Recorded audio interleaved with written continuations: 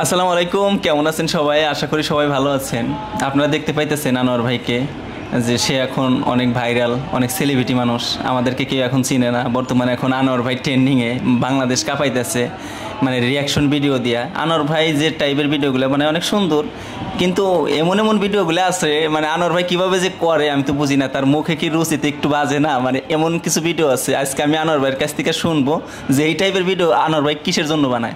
আনোয়ার ভাই, যে যে কিছু কিছু ভিডিও দেখছি আমি আপনার, মানে একটা নিজে দেখলে পারে নিজেদের কাছে কেমন জানি লাগে, একটু লজ্জাজনক লাগে। আপনার ভিডিওতে কমেন্টস করতে গেলেও একটু ভয় লাগে। তো এই টাইপের ভিডিওগুলো কিসের জন্য? আপনি তো বর্তমান সেলিব্রিটি, একেবারে সেলিব্রিটি, 1 মিলিয়ন মানে 11 লাখ ফলোয়ার এই আনোয়ার ভাইয়ের। যাক মাশাল্লাহ, অনেক দূর আগে গেছে। এখন আপনার যে প্রশ্নটা রাখছি এই প্রশ্নটার একটু আমি উত্তর চাই।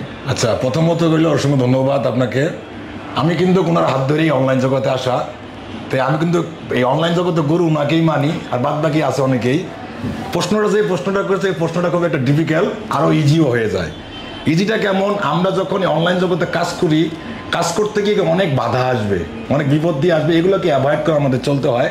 আর দ্বিতীয়ত প্রশ্নটা হইল, আমরা যে ভিডিওটা বানাই এটার একটা আছে, কমন একটা প্রশ্ন করতে দিচ্ছি।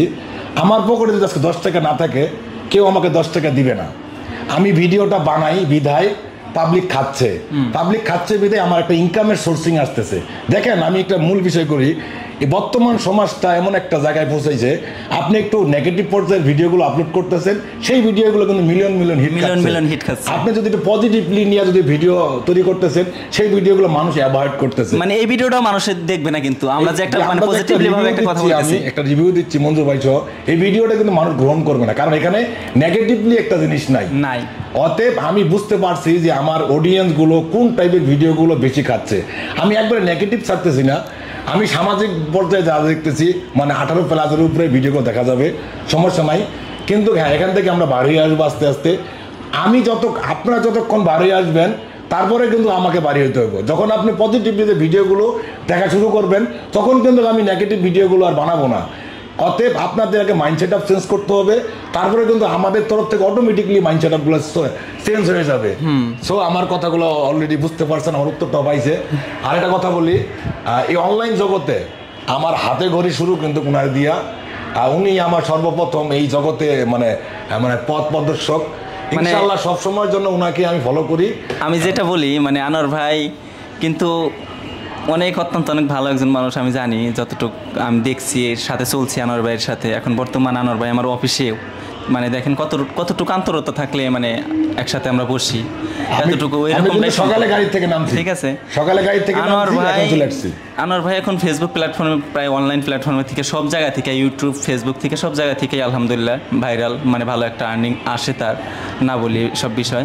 আর হচ্ছে যে কথা বলতে চাইতেছি, মানে আনোয়ার ভাই এখন আমাদেরকে ছাড়াই গেছে। এক সময় আনোয়ার ভাই আমার কাছে আইছিল, মানে আমরা যে সময় প্রথম মিট, মানে আনোয়ার ভাইয়ের ছিল 7,000 ফলোয়ার ফেসবুকে, 5,500 আর এখন তার 11 লাখ ফলোয়ার। আর আমরা কিন্তু ওই জায়গায় পড়ে রয়েছি ভাই, ঠিক আছে। কিন্তু আনোয়ার ভাই, ইনশাল্লাহ আনোয়ার ভাইকে মানে আমি এটা সবাইকে বলি, ভাই আপনি অনলাইনে ধৈর্য ধরে থাকেন, ইনশাল্লাহ আপনি আমার চাইতেও আগে যাইতে পারবেন, সমস্যা নাই, কিন্তু ধৈর্য যদি থাকেন।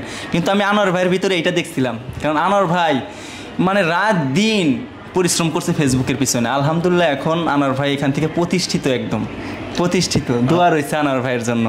আসলে কি, এই যে মাথায় হাত দেয় মুরব্বীরা, মাথায় হাত দিয়ে ছোটদের দোয়া দেয়, অন্য ভাইয়ের মাথায় আমার হাতটা আছে। আমি আনোয়ার ভাই বলছিলাম, কিন্তু আপনি কিন্তু লাইগা থাকেন, এই প্ল্যাটফর্মে লাইগা থাকেন,